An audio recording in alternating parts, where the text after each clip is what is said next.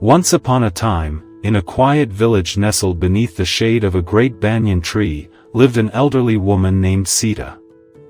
Her silver hair shimmered like moonlight, and her face carried the gentle lines of a life well lived. But it was her eyes, bright, kind, and full of peace, that everyone remembered most. Though she lived alone in a small cottage and had no family of her own, Sita was never lonely. She was a part of the village in the most beautiful way.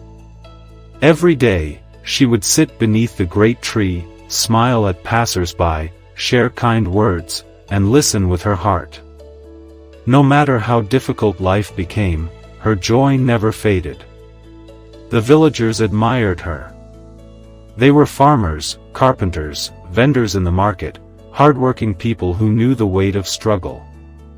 When rains didn't come, crops would fail. When illness spread, people couldn't work. Worry and sorrow often sat beside them at the dinner table. And yet, Sita's presence reminded them of something deeper. One morning, a young woman named Mira came to see her. Her face was pale with fear, her eyes swollen from tears. "I don't know what to do," she whispered. "My husband went to the city to find work. It's been weeks. He hasn't sent anything. My children are hungry. I'm scared." Sita gently reached out and patted Mira's hand. "Sit, child," she said softly. "Tell me, what do you believe will happen?" "I don't know," Mira said, her voice shaking. "I feel like everything will fall apart. What if he doesn't find work? What if he forgets about us?" Sita shook her head with a knowing smile. "Ah, Mira, when we fill our minds with fear, our hearts grow heavier. But when we think with hope, even the darkest days seem brighter." "But how can I hope," Mira asked, "when everything feels so broken?"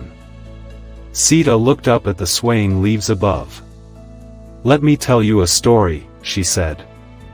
"Once there was a man who had lost everything. No family. No money. No food. He sat by a river, crying. An old woman walked by and asked, 'Why are you crying, son?' He said, 'I have nothing. How can I be happy?' The woman smiled and replied, 'But you have the river, the trees, the sun. You still have life, and life is a gift. If you always look at what's missing, your heart will be empty. But if you see what's present, peace will come.'" The man listened. Slowly, he opened his eyes to the world around him. From that day, everything began to change, not because the world changed, but because he did. Sita looked at Mira with kindness. "You see, my dear, the magic was not in fortune, but in the way he chose to see life. When we think with faith and gratitude, our burdens become lighter, and we find the strength to move forward." Mira wiped her eyes. "Do you really think changing my thoughts will change my life?" Sita nodded. "Yes." Mira took a deep breath. "I'll try," she said quietly. "That's the first step," Sita smiled. From that day forward, Mira remembered Sita's words. Each morning, she greeted the day with hope. She worked hard, cared for her little ones, and believed in her husband. Weeks passed. Then, one morning, a letter arrived. Her husband had found a job in the city. He was sending money. He was coming home soon. Overjoyed, Mira ran to the banyan tree and found Sita sitting calmly, just as always. She shared the news through tears of happiness. Sita smiled and nodded. "You see, my dear, when we think with love and faith, we invite good into our lives. Trouble will always knock, but it is hope that opens the door to strength." Soon, more villagers came to Sita, sharing their worries.